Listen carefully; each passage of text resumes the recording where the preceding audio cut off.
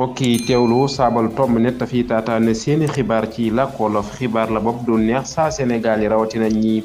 faral di topp wàllum coupé lu soxal kubu àdduna si Sadio Mané am na ngant xibaar bu naqari ñeel Sénégal bu nu sukkandikoo ci caabaluk France di la équipe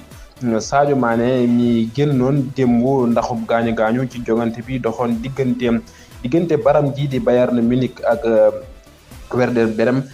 du bokk ci kubu àdduna si war a am ñaar fukki fani novembre jàpp fukk ak juróom ñetti fani décembre ca Qatar saabal tomb net.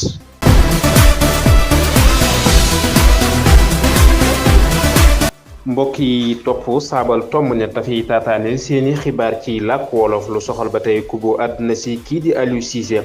di tàggatkatu gu baruk Sénégal dina janoo ak saabalkat yi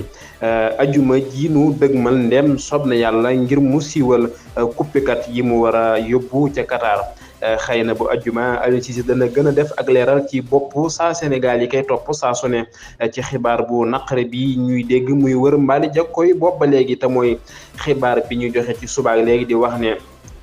kii di Sadio Mané di jàmbaaru gu bar gi lool ñuy wax ne du mën a bokk ci jongante yi am ca kubu àdduna si emal ca Qatar Aliou Cissé jommul ne ajjuma saa Sénégal yëpp danañ ko may nopp di ko xaar ci xibaar boobu ndax day ñëw dëggal xibaar bi wala da koy dindi loolu li ci kanam raw li gët noo ngi ciy teewlu Aliou Cissé ngeen wéy di taataan seeni xibaar ci làkk wolof ci saabal tomb net